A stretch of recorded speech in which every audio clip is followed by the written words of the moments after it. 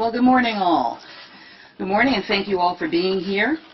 Now, before I begin the morning's announcement, let me just take one moment to mention Captain Robert Melton, a 17-year veteran of the Kansas City, Kansas Police Department, who was shot and killed in the line of duty yesterday while responding to a call about a drive-by shooting. Our hearts go out to Captain Melton's family and his loved ones, and to all of those who are suffering in this time of grief. And of course, our support goes out to his colleagues on the Kansas City Police Department, our colleagues as well. And this devastating loss is yet another reminder that our courageous officers put their lives on the line every day in order to serve the public, in order to serve us, not only in the times of heightened tensions in which we find ourselves or during ambush scenarios, as tragic as those are, but all day and every day. And the Department of Justice is committed to doing all that we can to support our officers at every level and to keep them safe from harm. And we will continue to advance that work and to keep that promise, even as we mourn the loss of yet another guardian, another colleague, another friend. Now, for today's announcement, I am joined today by Assistant Attorney General for the Criminal Division, Leslie Caldwell. I'm also joined by the United States Attorney for the Central District of California, Eileen.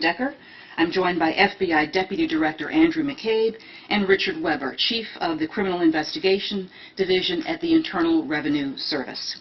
And we are here to announce a significant step in our ongoing work to combat global corruption and to ensure that the United States offers no safe haven to those who illegally use public funds for private gain. And today, the Department of Justice has filed a civil complaint seeking to forfeit and recover more than $1 billion in assets associated with an international conspiracy to launder funds stolen from One Malaysia Development Berhad, or 1MDB, a company wholly owned by the government of Malaysia. Now, the $1 billion in assets that we're discussing today are just a portion of the more than $3 billion that was stolen from 1MDB and laundered through American financial institutions in violation of United States law. 1MDB was created by the Malaysian government to promote economic development through international partnerships and foreign direct investment, with the ultimate goal of improving the well-being of the Malaysian people. But unfortunately, sadly, tragically, a number of corrupt 1MDB officials treated this public trust as a personal bank account. Now, our complaint alleges that from 2009 through 2015, these officials and their associates conspired to misappropriate and launder billions of dollars from 1MDB. And as my colleagues will explain in further detail, the co-conspirators laundered their stolen funds through a complex web of opaque transactions and fraudulent shell companies with bank accounts in countries around the world, including Switzerland, Singapore, and the United States. Now, the funds were then used to purchase a range of assets for the conspirators and their relatives and associates, including high-end real estate in New York and Los Angeles, artworks by Vincent van Gogh, Claude Monet, and a jet aircraft. Today's case is the largest single action ever brought by the Department's Kleptocracy Asset Recovery Initiative, which was established by Attorney General Eric Holder in 2010 to forfeit the proceeds of foreign official corruption and, where possible, to use the recovered assets to benefit the people harmed. This case, and the Kleptocracy Initiative as a whole, should serve as a sign of our firm commitment to fighting international corruption.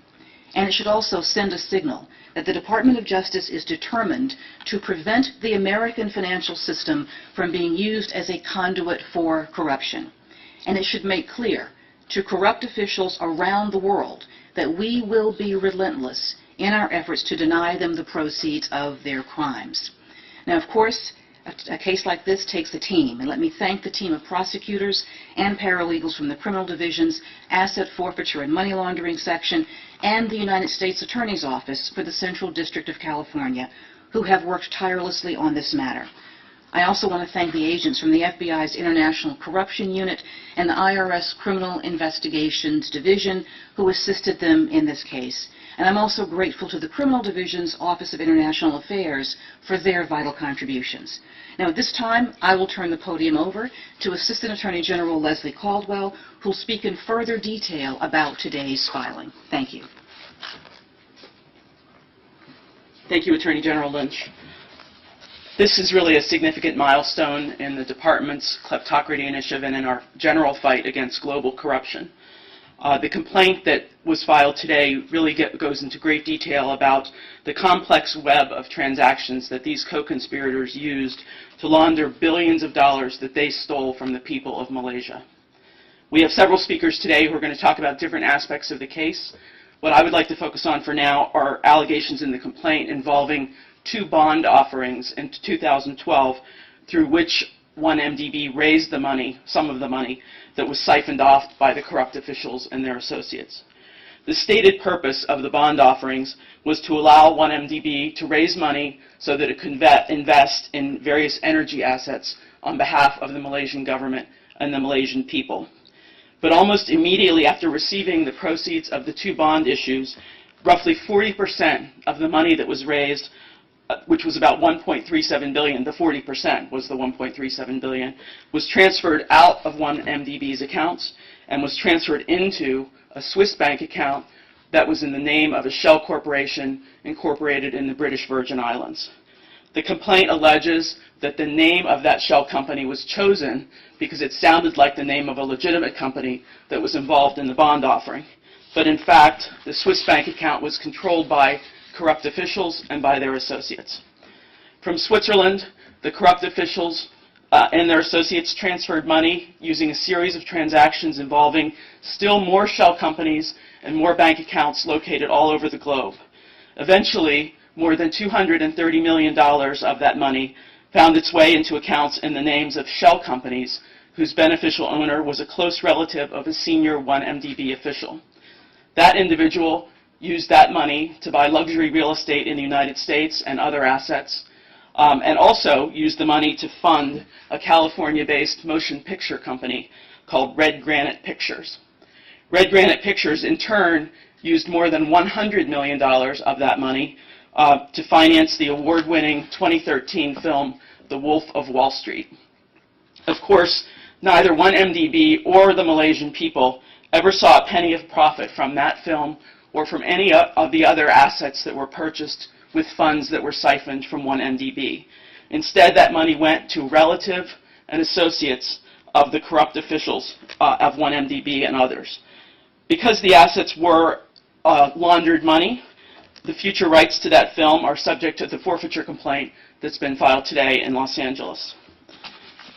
The significant assistance that we've gotten from international partners in this case has really been critical in identifying and restraining assets.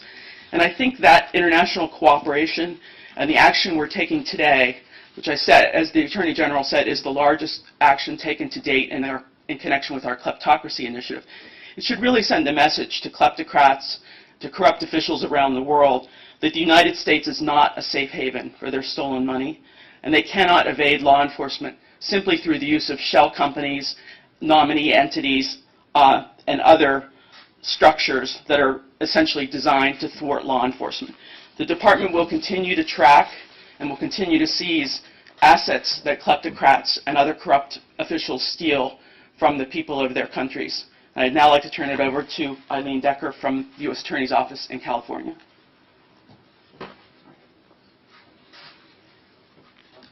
Good morning. As noted, my name is Eileen Decker. I'm the United States Attorney for the Central District of California, which is based in Los Angeles.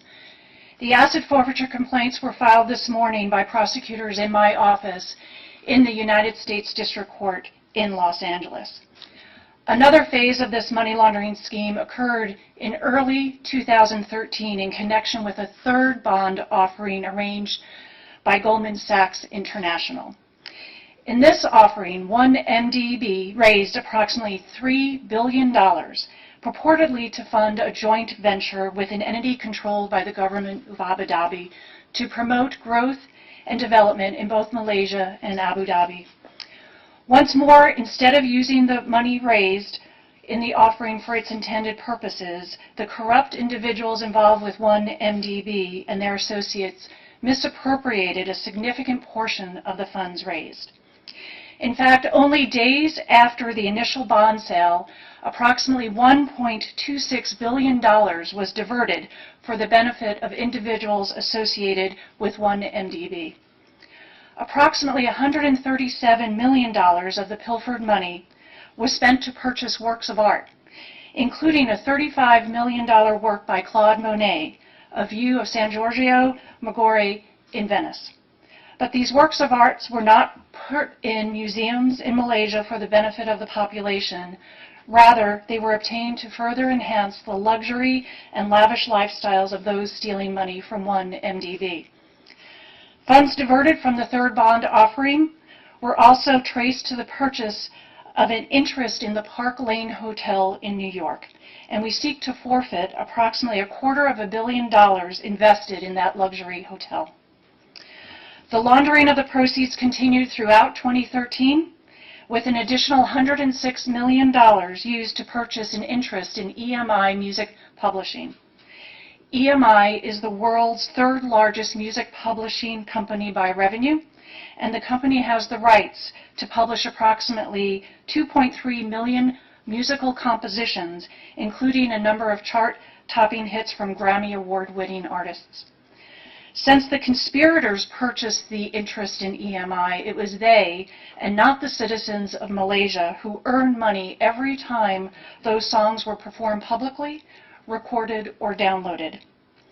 In seeking to seize these forfeited items, the Department of Justice is sending a message that we will not allow the United States to become a playground for the corrupt, that we will not allow it to be a platform for money laundering or a place to hide and invest in stolen riches. Thank you very much. And now I'll turn the podium over to FBI Deputy Director Andrew McCabe.